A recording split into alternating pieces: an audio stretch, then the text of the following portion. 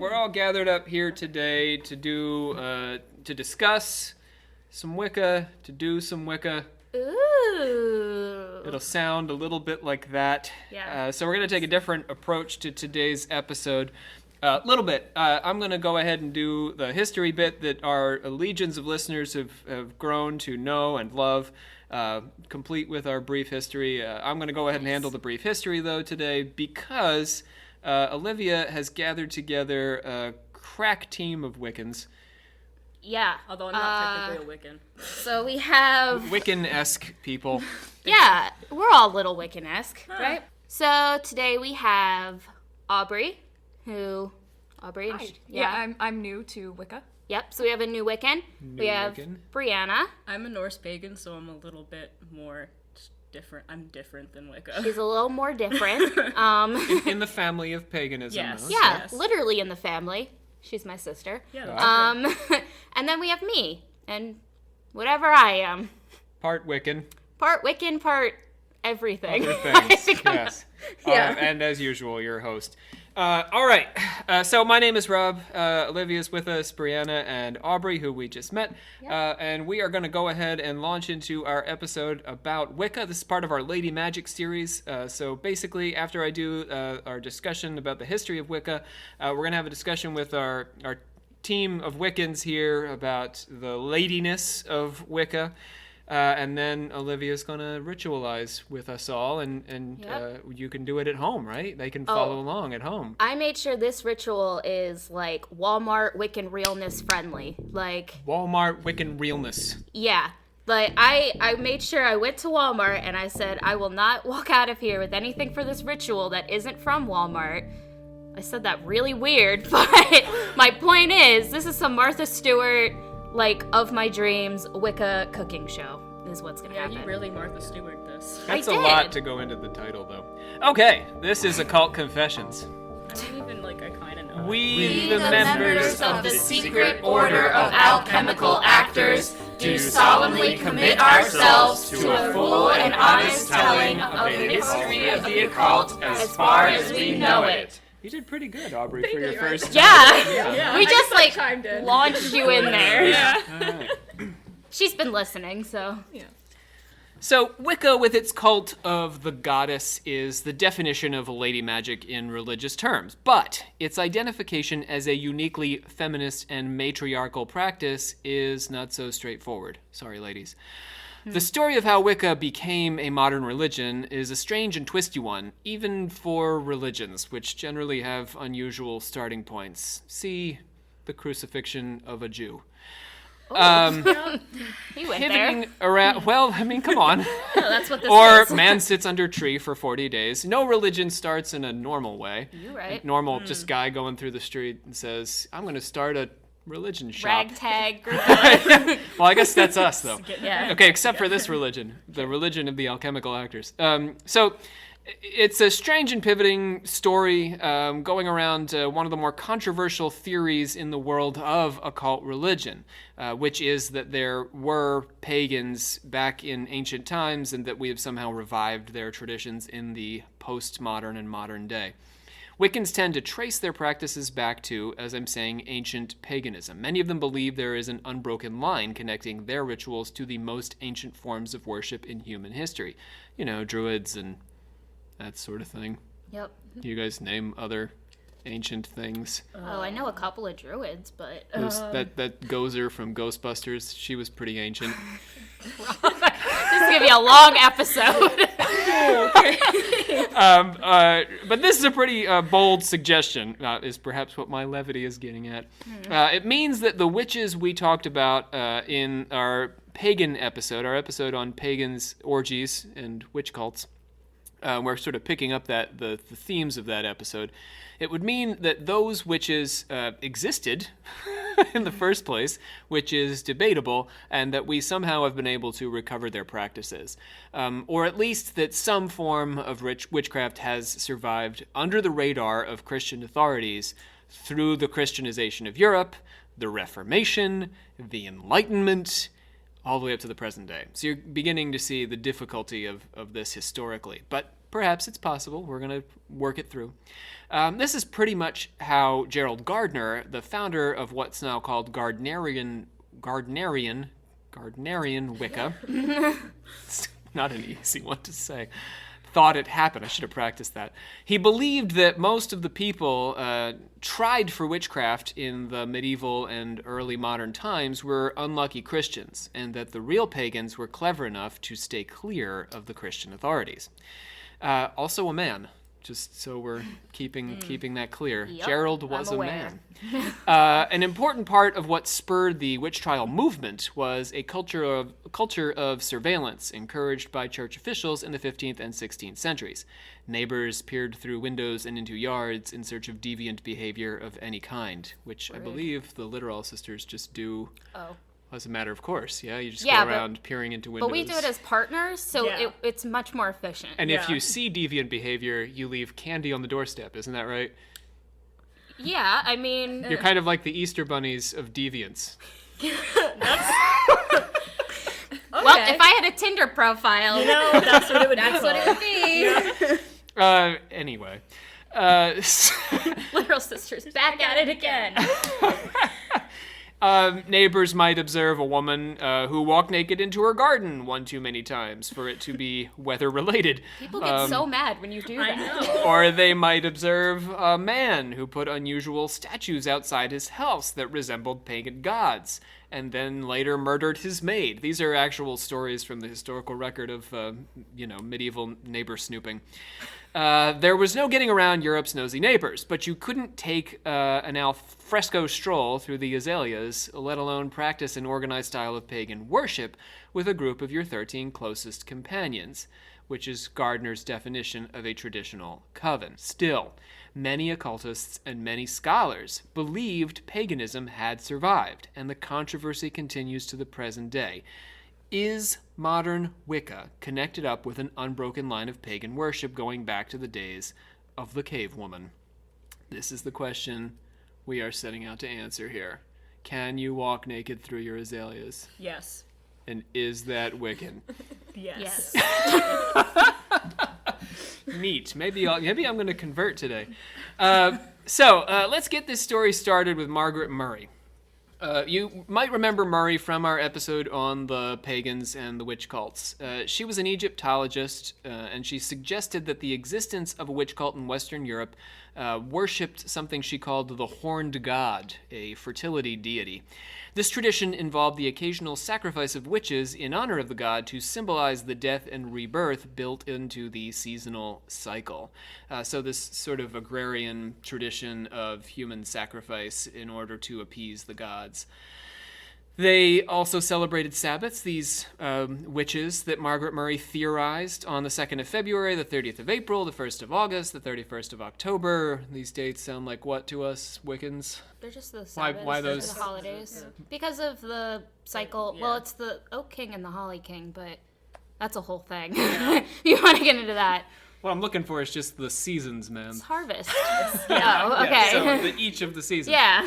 Right. So they're 4 celebrations. There's 4 seasons, and they're each pegged to transition periods in the seasons. And there's like little ones in between. Yeah. Anyway.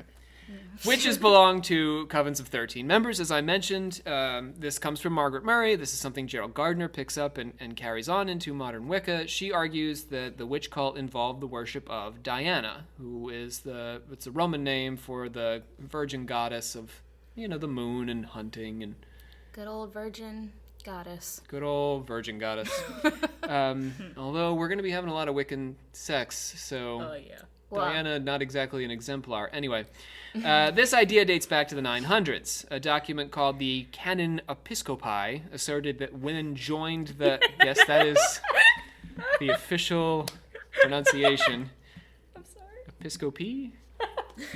That's funny. Why is that funny? Episcopi? I would like one episcope. So this document dates to the 900s. It asserted that women joined the goddess in magical late-night rides, which the church diagnosed as demonic illusion. Can confirm. You were there? Yep. All right, let's hear a little bit. Night. You ride it. We ride at night. currently, but also in No, 900? at night, like tonight. Oh, tonight you're riding. Yeah, if we convert you by the time this is done. we're- Oh, I can ride. Yeah, we got a horse. I was just Sit looking to naked. walk through the azaleas. I mean, No. yeah, no. No, this isn't. This isn't Let's hear a little bit from Margaret Murray. The evidence proves that underlying the Christian religion was a cult practice by many classes of the community, chiefly, however, by the more ignorant of those in the less thickly inhabited parts of the country. It can be traced back to pre-Christian times and appears to be the ancient religion of Western Europe. The deity of this cult was incarnate in a man, a woman, or an animal. The feminine form of the name Diana is found throughout Western Europe as the name as a female deity or leader of the so-called witches. But at the time when the cult is recorded, the worship of the male deity appears to have superseded that of the female, and it is only on rare occasions that the god appears in a female form to receive the homage of the worshippers. As a general rule, the woman's position, when divine, is that of a familiar or substitute of the male god. The greater number of the ceremonies appear to have been practiced for the purpose of securing fertility. Of these, the sexual ritual has been given an overwhelming and quite unwarranted importance in the trials, for it became an obsession with the Christian judges and recorders to investigate the smallest and most minute details of the rite. Though in late examples, the ceremony had possibly degenerated into a bacchanalian orgy. It was originally a ceremonial magic to ensure fertility. All right, so let's just break this down bit by bit. First, she's saying that primarily what we're looking at in this early pagan tradition is everybody who is poor and stupid are the people practicing this. Makes sense. Yeah. No, I mean, like. Not that we are poor and stupid. Yeah, well, you know. Well, and Christianity is the religion of the nobility, of the Yeah, gentry, right. of So- the established classes. It's the Yeah. socially sanctioned religion. Yeah. So only people who are falling outside of the highly monitored upper classes are able to practice it. And since the lower class they want something to practice and like believe in and have that behind them, they go to something that Right. they can. Which is partially where the whole, like, idea even now comes from. It still continues, where it's like, you can go to multiple gods or goddesses for whatever you want. Like, Yeah. you can not disown, but you can be done with a god. It doesn't have to be, like, a bad thing. It's just like, I don't really need you anymore. All right, so part two of what she's arguing here is that the male god supersedes the female god in this ancient tradition. This doesn't jive quite so well with particularly Yeah. the feminist side of Wicca. I would say that that's not probably as much of the case now. Like, I would say, well, I think there's a heavy emphasis on the fact that the two, like the god and the goddess, like, have to work together. Like, it's, The whole, like, yin and yang, yeah, yin and yang yeah. sort of thing. And it's like, they each kind of have their own stuff. And, like, you know, sometimes, very rarely, I'll go to, like, the horned god and be like, can you help me with this? But most of the time, you know, the goddess is kind of... Well, yeah, in Norse paganism, it's kind of similar, because there's Odin, who's the Allfather, and he's pretty well renowned, but the thing is all of the female gods have significantly, like, overall more power than, like, Yeah. so when you die, like, you can go to certain gods, and Freya has, like, she has the upper hand over Odin on who goes to her place. So She we're going gets to to drill pick who down she into wants. this, Brianna, as we go Yes. forward. However, right now I think it's important for our listeners who may be hearing things that they vaguely think are familiar, that when you say Norse paganism, they may hear this stuff in reference to Vikings. Yes. Yeah. Yes. Or if there are Yes. any Wagnerian opera fans out there, it's this sort of ancient German and Slavic, and these are the gods, Odin, Yeah. that we hear of. But also Thor, that superhero movie. Oh my! Don't get me started on that. Do not. But in pop culture, I'm the You don't love spiritualism the over way here. that they There's, portray Loki? Shut up. You Pop don't love culture it? is- Shut up. as we explore in our voodoo episode, pop culture is not good to any of us occultists. No, But it's really not. But this would be their pop culture touchstone. And the last point that Murray's making is that their sex is overemphasized in the scholarship. In fact, it's not the central purpose of pagan ritual. Sex is a huge it's part. really kind big of. part, especially well, Norse paganism. It's a big part of it. Maybe not necessarily the act of having Not sex, like, but like the idea, like the concept of like what is of combining Yeah. energies Yeah. and That's- creating life. Yeah. Yes. All right. Like channeling your sexual energy, right? Like, Yeah, and yeah. the Yeah. idea of like, you know, the union of. It's Yeah. kind of a little bit like other like sex magic things that we've talked about on the podcast, just in a different, more natural light, I guess Yeah. is what I'm saying. Not natural. That's the wrong word. I look forward to hearing more about this. Yes. Here's somebody you may agree with more than. Murray's not the only one to suggest the existence of a witch cult. There's this guy, Jules Michelet, who argued in La Sorcière. Oh, the Or- sorcerer? Yes, very good, Olivia. You're learning French, one podcast episode at a time. That there was a peasant religion worshipping the male god Pan or Priapus that was stamped out by the Catholic Church when the aristocracy corrupted it through their involvement. So basically, rich people were coming in and, I don't know, turning it into Eyes Wide Shut or something. So Michelet apparently published this theory to attract attention and to make money, to support what he considered his more serious scholarly endeavors. But Murray probably knew nothing of Michelet's ideas, so he's sort of publishing separately from her. Nevertheless, there's some overlap here. Murray was also recycling the theories of James Frazer, whose book The Golden Bough argued for an evolutionary development from primitive magic to medieval and Renaissance religion to modern science, which is a theory that people like me have long since rejected. Frazer did a comparative study of the world's religions, and he argued that they could be traced to a central myth of a sun god. This should sound a little bit like Le Chevalier and Emma Harding Britton from our Sorry. first series. I get excited. So the sun god dies and then is revived every day, and the sun god joins with the earth goddess to develop, our sort of natural world, and all of us, we're relying on the vegetation that comes out of this union of sun and earth. Frazer's theories are guilty of a couple of cardinal sins. First, he gathered evidence to support his ideas, which is the wrong way around. Yeah. You don't have, so he had a theory first, and then he went out and looked for things that supported that theory. That's the most convenient science. Right. Yeah, it's sort of like, someone who goes to a spiritualist church and says mediumship is nonsense. That's what they're going to see when they get there. Yeah. So you got to gather your evidence and then evaluate the evidence. So the second is social Darwinism. So let's just talk a little bit about his social Darwinism and evolution and how this all works.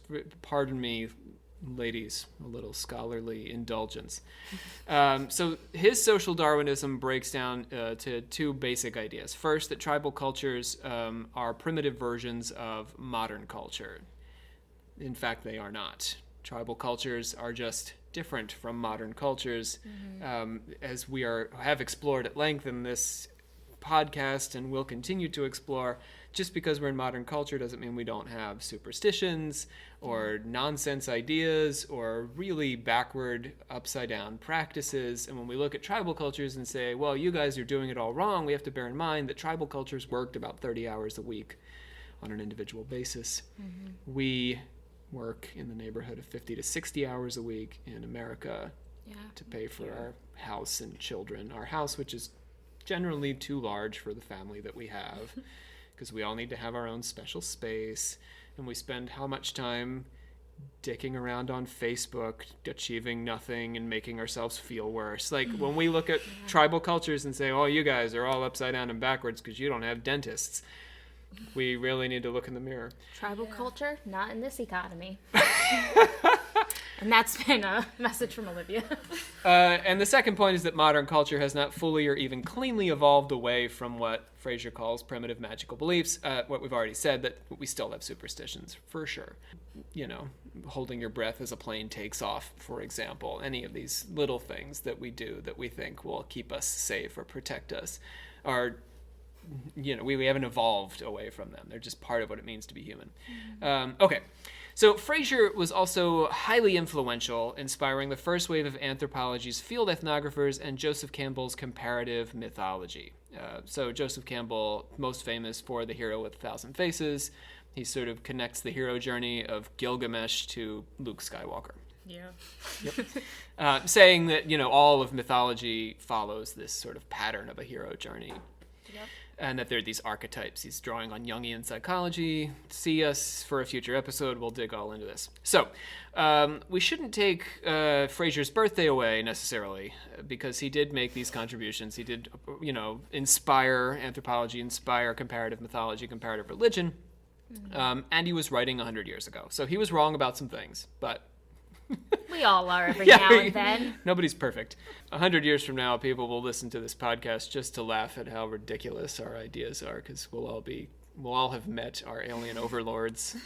Reptilians? And be hanging out with them. I will work reptilians in every episode, but you did that, not me this time. We need to understand that some of Fraser's ideas weren't exactly the best interpretation of human culture, and their continuation in Murray's theory of the witch cult was a significant weakness of the way Murray was thinking through ancient paganism. Murray did not believe that the witches had supernatural power, but occultists praised her book because, unlike the prevalent view of the witch trials, which asserted that witches had been made up by the clergy or the culture as an expression of underlying anxiety about either the rise of Protestantism or the place of women in society, things we got into in our pagan episode, Murray argued that the people being tried as witches were really witches after all, albeit they didn't have magical powers.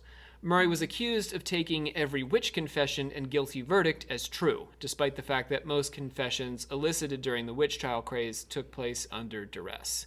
So, in other words, if I stick a gun to your head and said, tell me you're a witch, you'd be like, yeah, I'm a Yeah, witch. Rob, I told Sure, you yesterday I'm and a the witch. day before. And were you naked in your azaleas? Of course I was. No, you're naked riding the horse. There's a horse. No, Yeah. that's different. That's separate. The That's- ride at night is the naked. Yeah. Azaleas. I mean, I guess you can. I think women riding horses naked have a better time than men. I didn't say it was going to be a good time No. for anyone. No. I just said that That's we my ride at suspicion. night. We do it. Could be wrong, but so no one's enjoying it.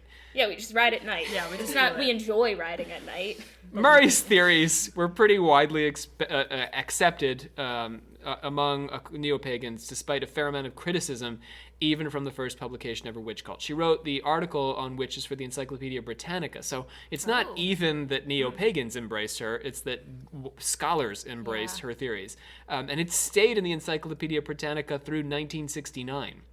Wow. Her books continued to be published by academic presses into the 1970s. Today, you can still get them, but not through academic presses. Some modern Wiccans continue to cite her without giving it a second thought because of this. Yeah, I've seen her referenced in books like modern books before. Yeah. So she's a great Egyptologist. She was not necessarily the greatest pagan scholar for all the reasons that we're pointing out here. Over valuing confessions made in witchcraft trials and just sort of adopting Fraser's evolutionary model. All these sorts of ideas didn't function so well. But because scholars didn't drum her out or replace her theories with anything functional, Wiccans and neo-pagans just sort of sucked them up and said, oh, this is true. We only have so much to Yeah. grab onto.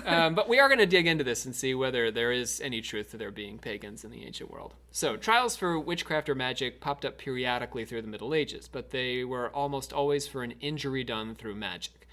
Magic itself wasn't necessarily a punishable offense. If you look at the Bible, the New Testament has almost nothing to say about witches. It's all Old Testament, where we're stoning people for being mediums and witches. The focus is on exorcism in the New Testament, the exorcism of demons from, pigs and people and Pigs. pigs. Witchcraft as an act of trafficking with the Christian devil was more or less invented by clergy members in the 15th century to deal with a rapidly changing spiritual and social scene in Europe. So in this way, witchcraft was made up by the clergy. But what Murray's claiming about ancient paganism is not trafficking with the devil. And these were the accusations made against the witches traditionally. In his excellent book, Pagan Britain, the scholar Ronald Hutton says that there are some interesting differences between the way the witch trials unfolded. They were most frequent in Iceland and Scotland, but there were hardly any in Ireland. The Irish had a tradition of fairy belief, which tended to place the blame for curses or misfortune on non-human spirits. That makes sense. So in Ireland, we didn't need to have witch trials because, Right. if you we're having miscarriage after miscarriage, or your cow gave birth to a chicken, you just blame it on the fairy folk. There's a lot of countries that are actually like that still. A lot of like Scandinavia and a lot of, which makes sense. Speaking of which, Iceland had a tradition of male sorcerers going back to Arctic shamanism. Yeah. So, witches by other terms. So there are a lot of men tried for witchcraft in Iceland. Arctic shamanism. Yeah. It just sounds like It's like the Inuit sweet Eskimos. ice powers. Yeah. Yeah, I'm just well- like imagining like an ice bender, just like the shaman. It's more like shamans shooting their souls out over the ocean to warmer climates. England and Scotland tended to believe in human-inflicted curses and that women possessed particular magical ability, and so the witch trials in Britannia mostly focused on women. So that sort of gives you how the culture then bred the belief about always on witches. Ireland, no witches. We have fairy folk. Iceland, male witches. Scotland and England, we have female witches. This is all to say that witch trials didn't spring out of the church's sudden need to purge a rising tide of actual paganism. There was no kind of organized paganism to purge. But that's not to say there was no paganism whatsoever. The absence of temples to Gaia or rituals in honor of Pan did not mean that Christianity had successfully stamped out all forms of pagan belief or practice across Europe. And that brings us to today's brief history, which you're going to have to continue to listen to me on. This is so weird. Yeah. Wait, does this mean is my I get first brief to history. wait to see if you say something wrong? Yes, I will mispronounce things, and you will tell me that I'm wrong. Yikes. Let's see how this goes. Papal legates. What? I'm sorry. What did you just say? What just happened? Did Rob just break? Papal legates Oh, papal legates? of the Pope. His Okay. legates, All right. which are tiny legs It just sounded like one that he whole would word. send out across Europe. Papal legates. So they're officials of the Pope, in all seriousness, came to England around the year 800 and reported back that some minor pagan customs remained, including eating horse meat, which I know you three do all the time, I'm a vegetarian except for horse meat. Yes. mutilating horses, Yeah. Yup. tattoos. Oh. Yeah, I'm okay. seeing tattoos across Yeah. the circle here. Divination by casting lots. We've got some lots to our left. Wearing protective amulets Yeah, okay. containing Bible passages Oh, not No, quite. Not that. Skipped that one. Yeah, I didn't do that. and saints' relics.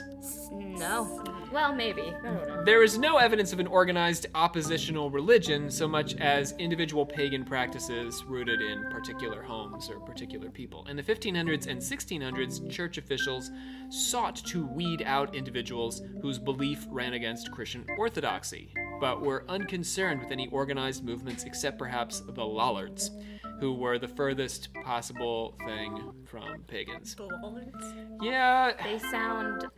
Never mind. they were not fun. They were literally not fun because the Lollards believed that Jesus never laughed. Okay, they literally sound like they grew up. Never mind. They were I- in the very, Bayou, Yeah. like. they were hardcore Puritans, and they they wanted to stamp out all things fun in the world. They've never had social interaction outside their family. So the the Christian Catholics at the time looked at them and said, "No, you are not. We don't want to have you around," and they burned them. Okay. Probably would have burned him too. Yeah. Easter 1282 at the Scottish seaport of, here you go, this is your chance, Inverkeithing.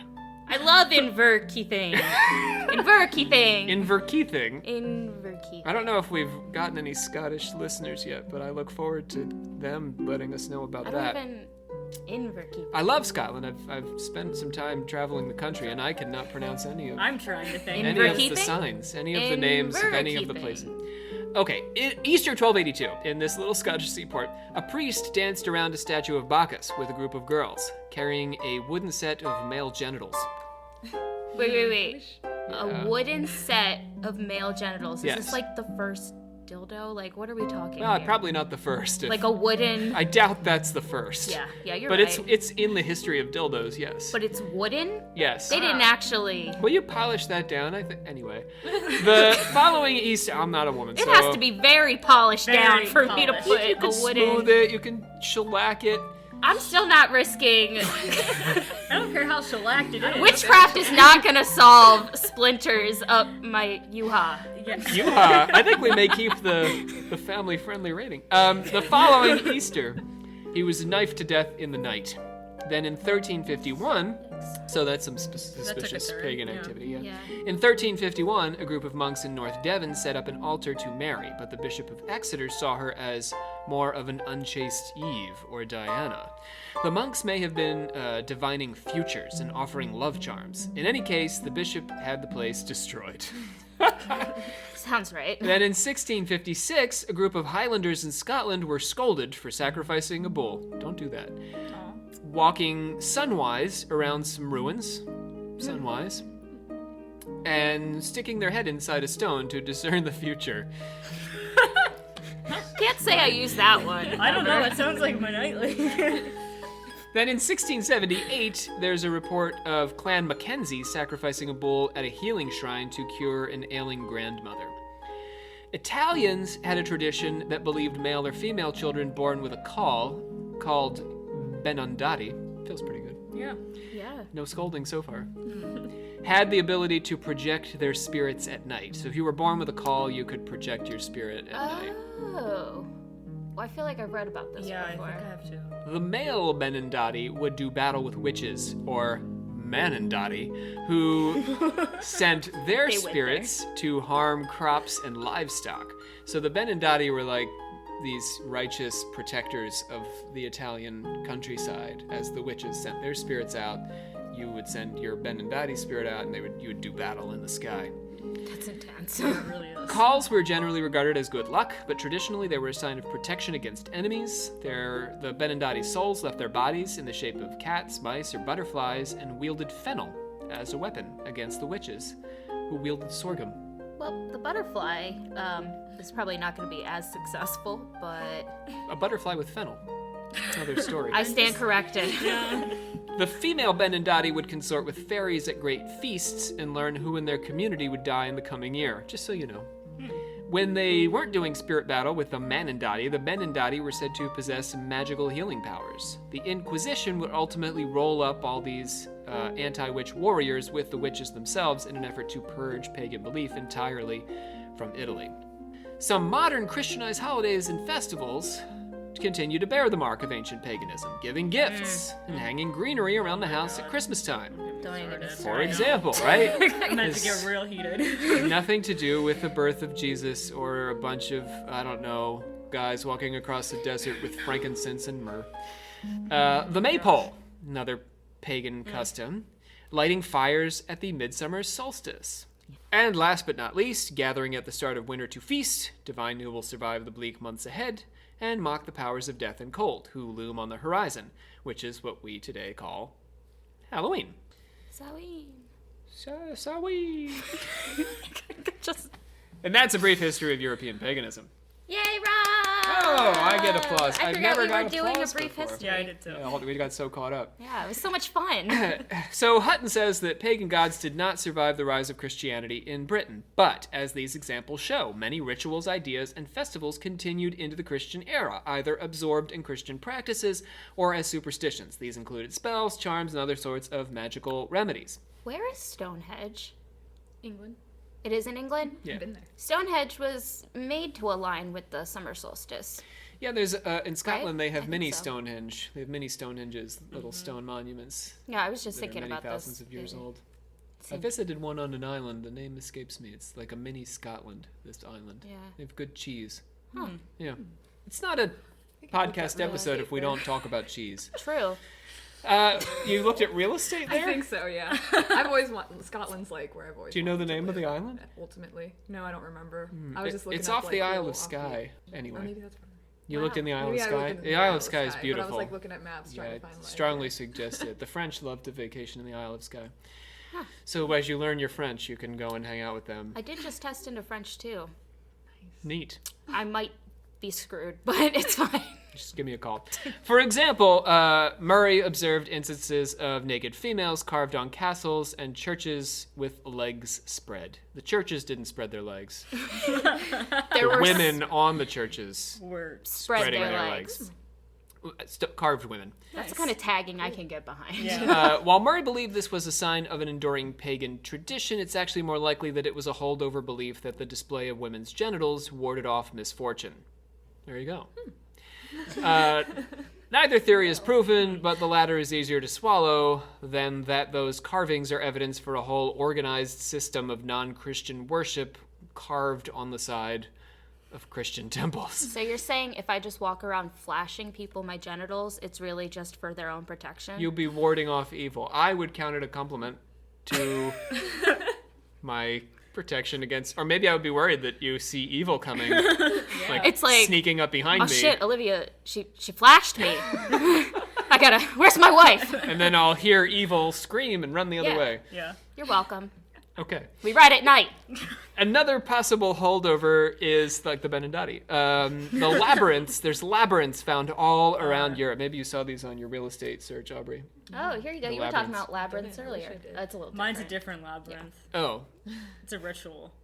Well, labyrinth. these harken back to Theseus and the Minotaur, probably yours as well. Yeah, a little bit, yeah. They pop up in England, Italy, France, Sweden, Scandinavia, other parts of both Western and Eastern Europe. The most famous is probably the Glastonbury Tour. In 1930, Dion Fortune saw the labyrinth as a sacred processional path made by refugees from What- Atlantis. What was the last name? Dion Fortune. Fortune? What would you call her? Not Fortune, just Fortune? Fortune? It sounds kind of like Fortune. I'm calling her Fortune. It's kind of witchy. I kind of love it. Like, Anyway, she Olivia says Fortune. that the Atlanteans left us these labyrinths. Oh. She probably should get an episode one day. She's a neat lady. Gardner, Gerald Gardner, founder of Wicca, Gardnerian Wicca, pardon me, his work showed clear influences from Murray's ideas. He said that he had discovered a coven of 13 members of Wiccans, witches, neo-pagans, celebrating the 4 festival days as Murray had asserted in the tradition of the old pagans. Gardner was born in 1884 and spent most of his adult life in Malaysia. He retired in 1936 and moved to England, where he and his wife joined a nudist club in North London, which was all the rage at the time. we ride at night. Yeah, just your grandmother and great-grandmother were living at the time of the nudist cult.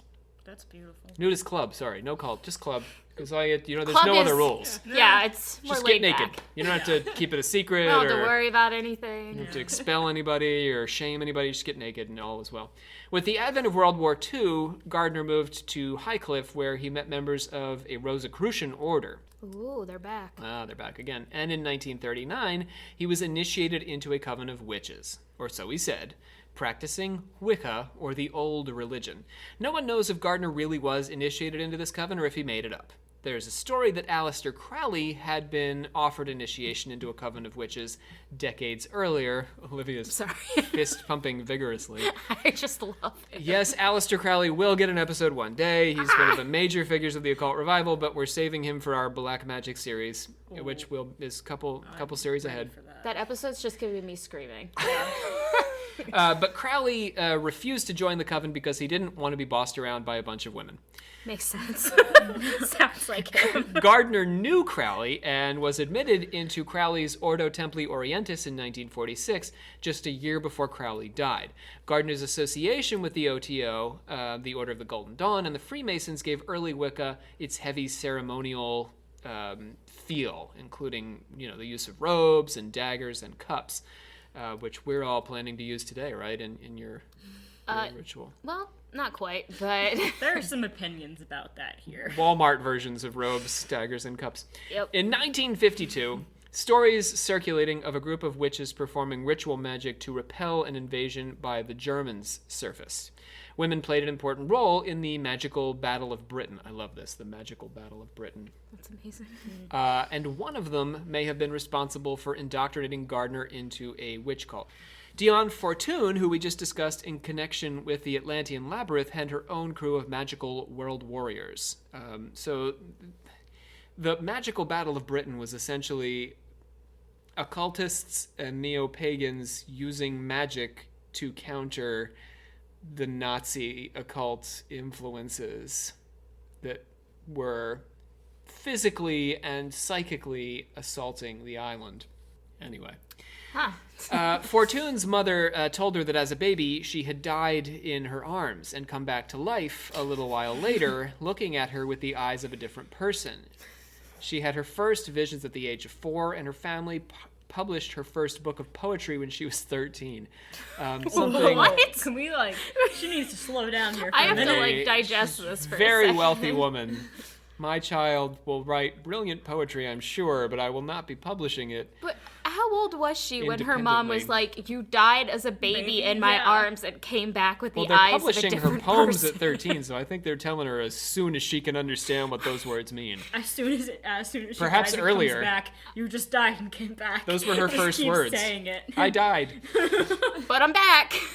I'm back. She worked so Fortune worked for 3 years at one of the first psychoanalytic clinics in Britain as a lay analyst, back when that was a thing, sort of like Dr. Phil. She began investigating occultism, sorry, little joke there, with the physician Theodore Moriarty, who she met at the clinic. She was a member of the Golden Dawn, led a theosophical lodge, but her membership with each group ended in a confrontational falling out, and so she started her own community of the Inner Light. She relocated the society to Glastonbury with its Arthurian legendary associations. She believed in using magic for social and political ends and worked spells against the enemy in World War II, the Magical Battle of Britain. She died in 1946 of late-detected leukemia, which her society believed had been brought on by her intense efforts in that Magical Battle of Britain. So, just a taste of of a major female figure at this early point in the rise of neo-paganism. Gardner said, going back to the dude, that he had only inherited portions of the rituals, which likely came from Renaissance Italy, and he had needed to flesh out some of the rituals' contents himself, cups, robes, etc., which Brianna is not a fan of. I'm not. While Gardner drew on Murray, she was not his only source. He also utilized Crowley's Book of the Law, Robert Graves's The White Goddess, and Charles Leland's Aradia, or the Gospel of the Witches. Aradia, which Leland, a folklorist, derived from conversations with an Italian witch in Florence, is a source worth examining for a minute or two. So there is this notion, I guess, that Gardner just sort of made up Wicca from whole cloth. But actually, he's got all these sources, which include a lot of women. So I think Wicca has a legitimate, what I'm trying to point out here is that Wicca has a legitimate basis in a feminine culture. So there's this Italian witch who this folklorist goes to visit. He spent the better part of a decade researching Italian folklore in Florence. During that time, he got to know a fortune teller he called Maddalena, this witch. While studying, Leland learned of a manuscript of Italian witchcraft, the Vangelo, which he... J-Lo? Vangelo. Not J-Lo. Vangelo. J-Lo. Which he asked Maddalena to acquire for him. It took her 11 years, but eventually she sent him a copy written out in her own handwriting. She was too busy doing other things. She was probably too busy writing it. The Vangelo was then some part of the source material for Leland's Gospel of the Witches. Gardner introduced the goddess into the cult, although she was second in his version to the horned god, which is an inversion of modern Wiccan practice, which puts the goddess first. But he privileged the female high priestess in the ritual, who was essential. He speculated that the witch cult was derived from a matriarchal Stone Age culture. Early in his practice, his high priestess was Doreen Valiente. Do you guys know Doreen? Familiar with Doreen? No. I'm not sure how to pronounce it. Feels like Valiente. In 1952, she read an article about the opening of a folklore center with resident witch Gerald Gardner at the center of it. And she wrote to him, occultists are great at self-promotion. That's just, we're getting better at it. Yeah. Find us on Twitter.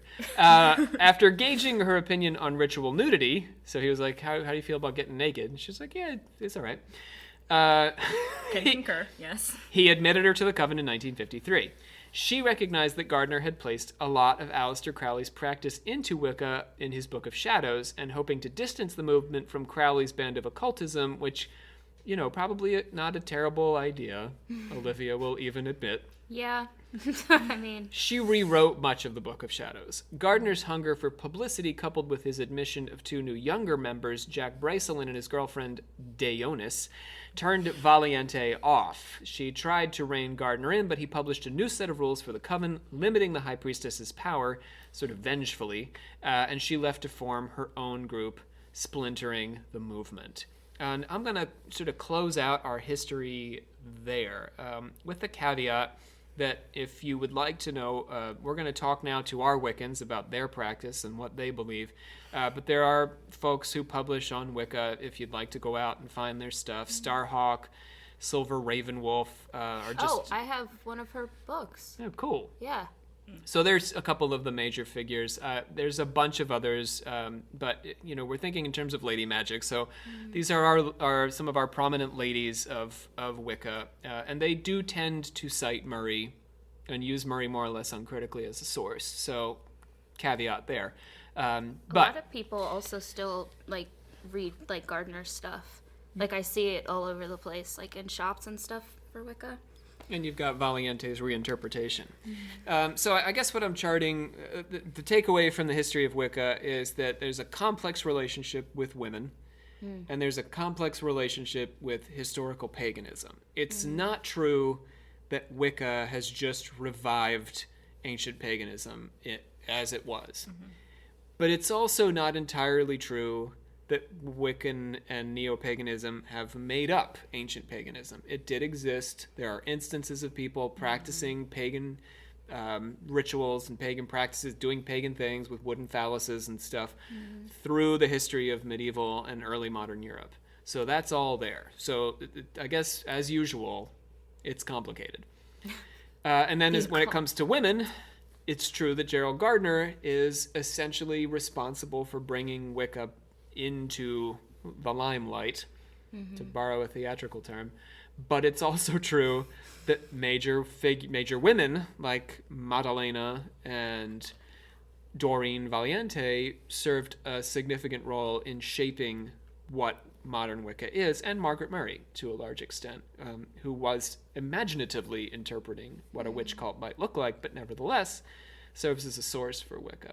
All right, so tell us more. Tell us what it means to be a Wiccan today. Maybe we'll start with Aubrey, since she's working her way into Wicca. What drew you to Wicca, Aubrey, in the first place? I mean, I've always been drawn to it my entire life. I even, my neighbor lied to me and told me that she's a witch, and I waited by my window, and she was gonna, teach me, how to be one, and I just, At your waited. window? She was gonna Yeah, she was just gonna come fly to the by on window? her broom, like a little kid. Hover by the window? Yeah. You'd have to stay at the window and to pick learn. me up, and then we... But you were pick you up. but you were excited. Yeah, I had a costume, a witch costume. Yeah, that's how you know. That's how you know. Okay. And, I mean, it's always been, I've always been drawn to it. And I'm just kind of looking into it. It's, I think, a place for, healing, I guess, for me.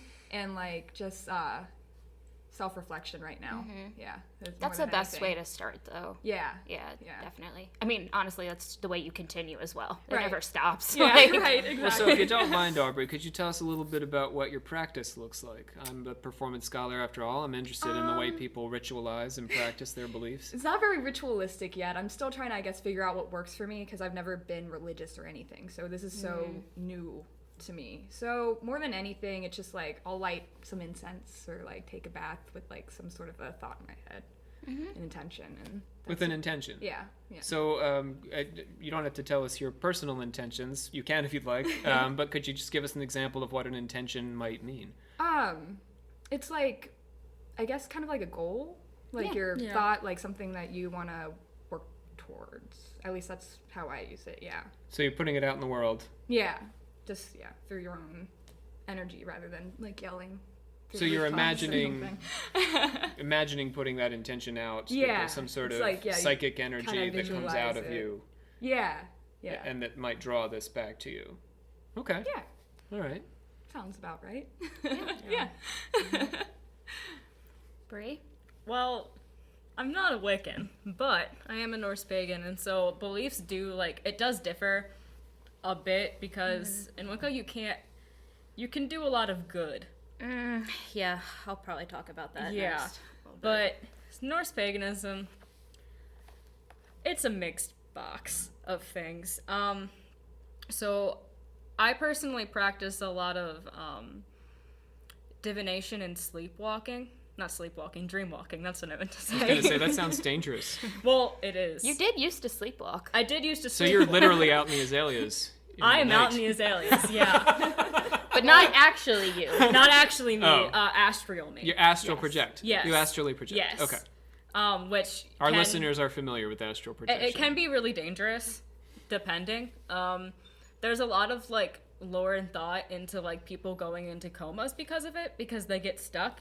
Because if you can't get back to your body, it can kind of be a bad thing. Yeah, shamans had this concern Yeah, as well. that's like my practice is Siddhar, which is Norse shamanism. Mm-hmm. So, like, I do a lot of divination. I do a lot of dream walking. So, Brianna, you look for repeatable phenomena Yeah, and in your practice. Yes. And those are the things that you then follow up on. yeah, and by physically, not physically, but astrally physically projecting myself. I don't know how else to say No, that. yeah. But, like, projecting myself, it leads me to what I need to do. Like, In your life. yeah, like I'll have certain goals depending on, sometimes I'll have goals going into it. Sometimes I don't, and it's just like a little exploratory thing. And I'll find things I didn't know I needed to find. Back to the labyrinth. So pretty much, you visualize this labyrinth. A lot of the times you just draw it. You literally draw a labyrinth, and you go into this deep sleep state. And you pretty much follow your way through to the center, and you can go and literally actually face-to-face speak with the goddess Hel.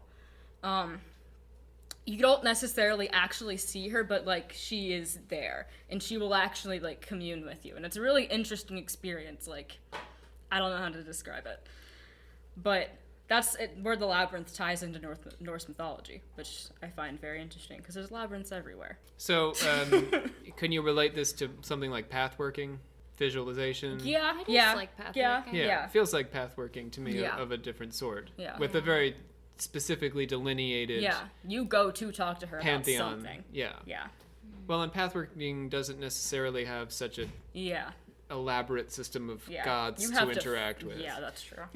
There's a lot going on in Norse mythology. There's also a lot of blood magic. What? Go on. You can't just bring up blood magic and then. I'm sorry, there is. Okay, so Magic using blood. yes. Okay. That's very because- controversial in Wicca, by the way. I know, but No, yeah. it's a very accepted thing because it's thought that, so when the world was made, it was made from the body of a frost giant. Terrible guy. We don't like him. And so his blood was used to form the rivers. So it's a very like concrete connection to the earth. So that's why a lot of rune stones are made with like wood and bone and stuff, because it's very connected to the earth. So you have it like infuses more spiritual ability into you. Like it, It's like using crystals. yeah. Yeah. So blood tends to be the choice of material and rituals to add to it because it personalizes it. For one, if it's your own blood, it like really brings the connection to your gods through. So like when I consecrate my runes, I blood them. A lot of women during their cycle will, instead of like cutting like their finger or something to get blood, they will put it up there. Ear. Hoo-ha! Yes. Ah. Yes. Not And their then ear. just pull it out. And I don't like that. I guess it's efficient. It is, but A lot I of feel like Wiccans swear by menstrual blood. it takes a lot more time, in my opinion. It's just because you got to sit there and you Late just got to trigger one warning. by one. If you're eating lunch, put the sandwich down. Mixed So, Olivia, bag. give us your take on Wicca. So I guess my perspective of Wicca is a little jaded, maybe a tiny bit, just because I do also have a lot of like Satanism in my life, and I also really embody and like practice chaos magic, which can totally work with Wicca, I think, but there's certain things that definitely clash. But I think that's why I have a mixed bag, is because for me, certain things that Wicca doesn't answer, other things do. So I like to just put them all together. So, what does Wicca answer? To me, it brings, I guess, more clarification in a way that doesn't actually clarify anything. Clarification of your own emotional, It's kinda like- intellectual states. To me, the fact that if I feel empowered enough that I can possibly take things and sway them into my control, that to me like reaffirms just on like a normal spiritual level, not even a Wicca thing, just like the power of people. And I think that kind of is a little bit of my chaos magic influence coming in, this idea that we can like shape our own reality basically. But like to me, like I definitely focus more with Wicca, a lot of like divination stuff, different than what Brianna does though. Yeah. I tend to do like palm reading for me for some reason is very like, you're really good at it too. it really like, you're really that's connected just, to it. That's just something that for me really works. So you just mean that functionally you do different things, but it's serving the same end? Kind of. A I little think bit. yeah. I think my kind of divination is more so like, I don't. Because I do, so when I first started really getting into divination, a way that's good to like get into it like safely, you have to do very safe things, but dream work.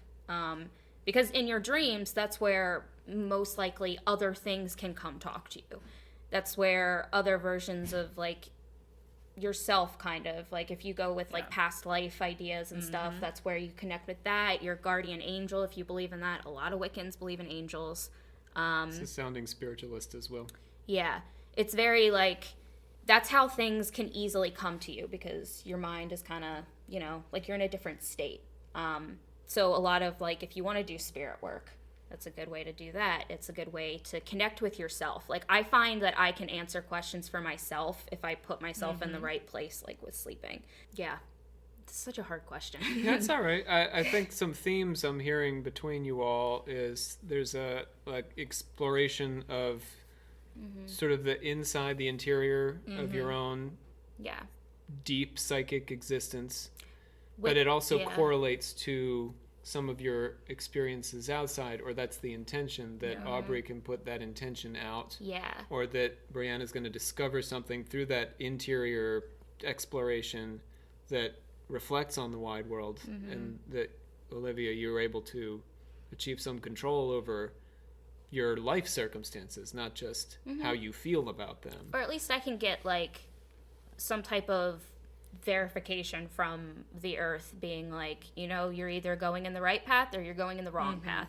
Like to me, that's why like the whole intention thing, like we were talking about, I don't think in Wicca you need all of, I think it scares people. People get scared of Wicca because of all of the ritual and all of the like, you know, you have to draw the four corners and you gotta, or you have The robes and the cups you and the daggers. gotta cast the circle and blah, blah, blah. Like It's just Aubrey taking a bath. you don't need knives, you don't need goblets, you don't need all that extra stuff. Like as long as you have like certain things that connect with you and that you feel are valuable and you have your intention strongly, that intention and that energy is going to go out in the world.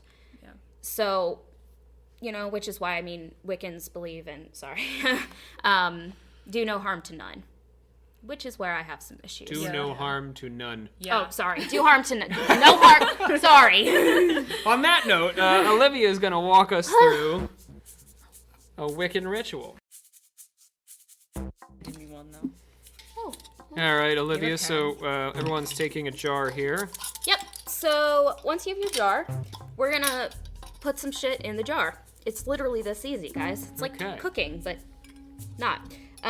So I've got a bunch of different like herbs and stuff that are going to be used for like wealth, prosperity, fortune, that kind of stuff. So I've got cinnamon sticks here. Cinnamon is really good for that type of thing. Let's get us some cinnamons to do. We just put it right in there? Yeah. Or so are we jumping the gun? Open it. someone's gonna have to open that. Open the cinnamon. I have the seal torn open because I couldn't get the lid off. What other ingredients do we have here? So we've got basil. Basil is pretty much great for everything. Like Especially pesto. yeah. Love basil. We've got thyme. Never have enough time, am I right, ladies?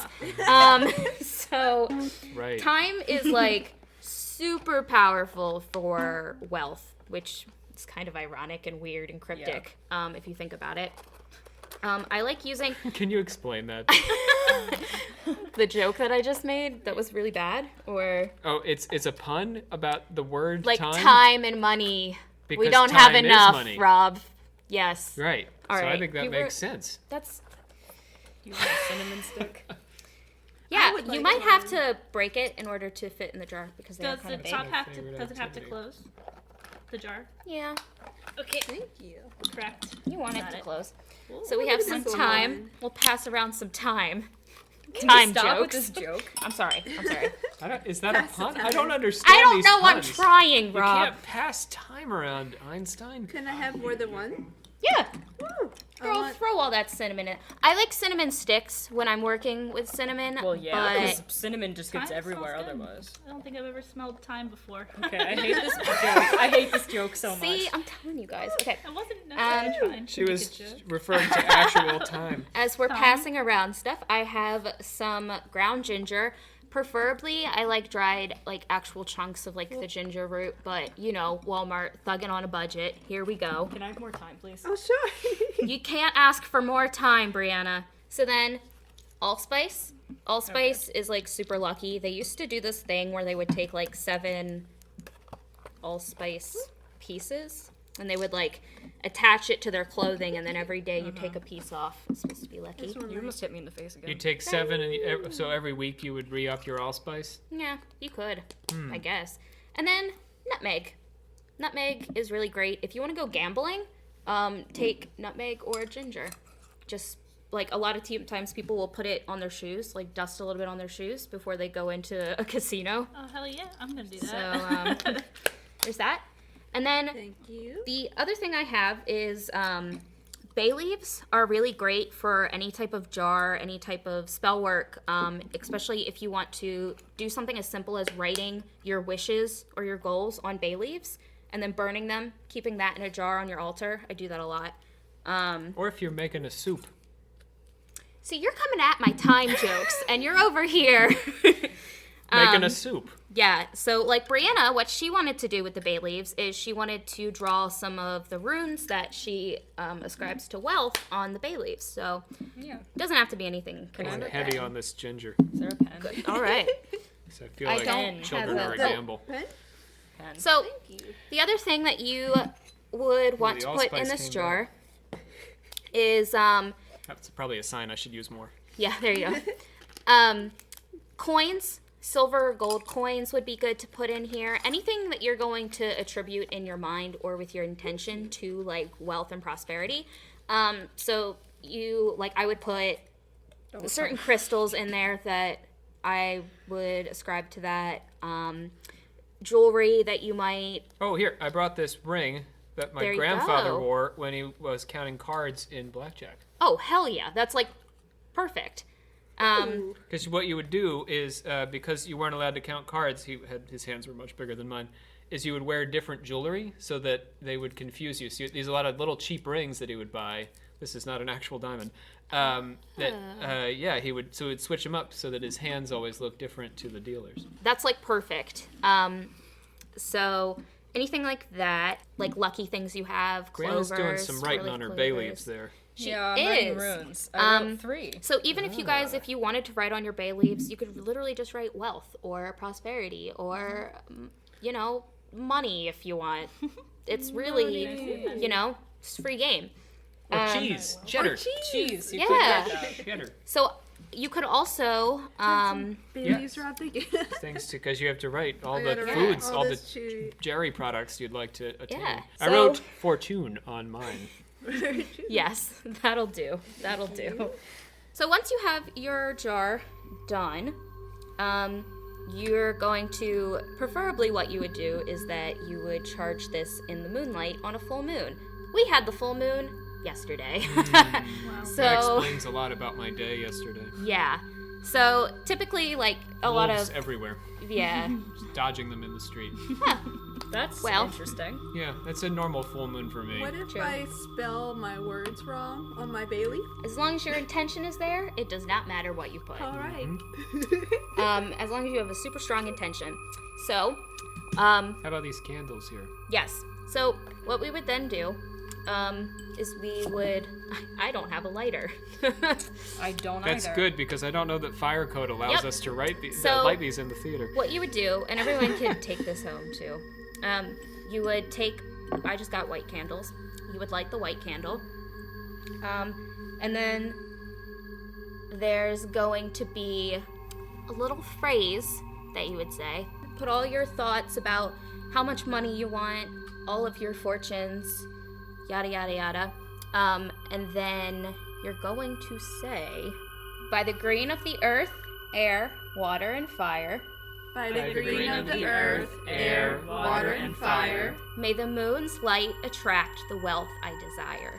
May the moon's light attract the wealth I desire. So you would say that like 3 times or so. Really put your intention in there. And then you can either, what I did last night was I left my jar open under the moonlight, let it kind of charge under the moon, and then put the lid back on, keep it. You can keep it around and just keep recharging it with the moon if you want.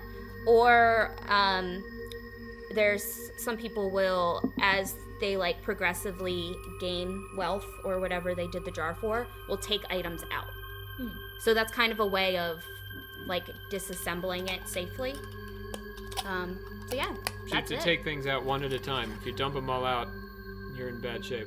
Oh, doesn't just matter. won't. They probably just won't work. Won't Oh, really okay. do anything. You take it one at a time, then you spread it out over that period when you're removing things. Mhm. Ah. And then that way it's like every time you gain something, you take something out of your jar. So it's kind of like in that way it's kind of almost like a, all right, thank you. You solved this one thing for me. I will remove one thing. It's kind of like a You're like an exchange. kind of. It's like a symbolic, I guess, type of thing. We're going to get so much Patreon subscription now. Oh, because everyone's gonna have so much to the money to Yeah. give us. Yeah. Yeah, I'm hoping. You're welcome. These are so Great. cute. When do we light the candles? Whenever you wanna like charge at home, charge okay. it with your I intention. gotcha. You just light the white candle. Let it burn down. Normally in spell work, you don't wanna like light the candle, then let it out when you're done. You wanna like let the whole gotta thing burn. burn down. And let it burn into the jar? No. Oh. No. Outside of the jar. Okay. You will catch everything in the jar on fire. True. Didn't think about that. Duh. Cool. All right. All right, Olivia. I think we've had some fun Wicca times here. Fun Wicca at Occult times. Confessions. So go ahead and bring us on home.